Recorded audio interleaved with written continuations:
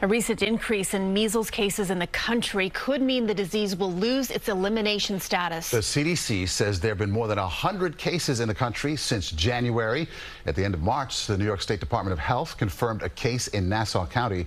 There have been at least one case confirmed in New Jersey. Measles were officially eliminated back in the year 2000. Joining us now live to talk more about this is Dr. Michael Tosi. He is chief of the Division of Pediatric Infectious Diseases at Mount Sinai Children's Hospital. Doctor, thank you for joining us. Please explain to our viewers what exactly losing elimination status means and why should we be concerned about this? Well, thanks, Christine. It really has most to do with the numbers of cases and whether the CDC feels as though there's been a sustained outbreak. I think when it was declared eliminated, I think it's been almost 25 years now, it was because there had not been any sustained outbreaks that lasted, as long as a year. I mean, the number of cases since the vaccine was introduced was dropped from like 500,000 reported cases a year down to 30 to 50 cases. But now we've seen 100, as you said, Maurice, just within the last few months, the first quarter. So I think they're concerned that the numbers may rise within a time frame that may cause them to sort of rescind that elimination status. Well, doctor, as we've been reading over the last several months and even years now, this is being driven by people refusing to get vaccinated. So how does the medical community, how does society turn that around? Well, I think the best we can do is really try to keep the lines of communication open and try to make sure that people who are somewhat skeptical about that, hear the facts and begin to understand, what the basis for some of the skepticism is. And unfortunately, it's mostly the result of misinformation. And that's a complicated issue, and it's been an issue for several decades now.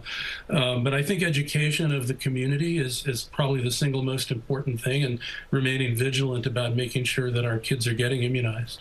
With cases, as we mentioned, confirmed here in the tri-state area already just recently, please remind our viewers what the symptoms are that we need to be looking out for. And also, I'm assuming parents with compromised children, do they need to be especially concerned? Well, just addressing your second point, immunocompromised kids, some of those kids really can't be immunized because of their immune status.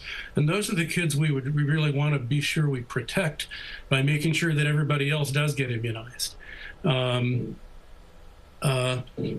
sorry, could you repeat the first part? Yeah, no worries. I was wondering about the symptoms. So many of us are unfamiliar with measles, what it looks like, what are the symptoms that we may be experiencing?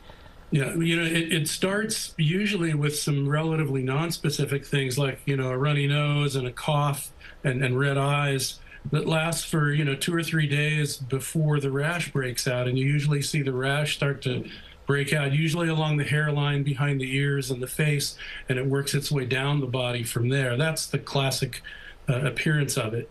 So, it can start out looking like a lot of other viruses, but usually the rash after that prodrome will be a pretty strong clue. And doctor, one last thing before we let you go here. If you've been vaccinated, immunized against measles, should you be concerned, if you are knowingly or unknowingly exposed to someone who has it?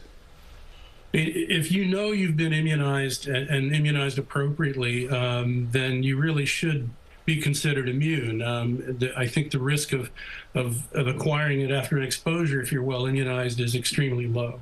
Okay, good to know. Dr. Michael Tosi, thank you so much for the insight. Appreciate it. Thank you, Doctor. Thanks for having me with you. Glad to be with you. And earlier this year, a CBS News investigation identified more than 8,500 schools nationwide with a vaccination rate below 95%. And that means the school may not have herd immunity against measles. We've got a full list of those schools and the vaccination rates on our website, cbsnewyork.com.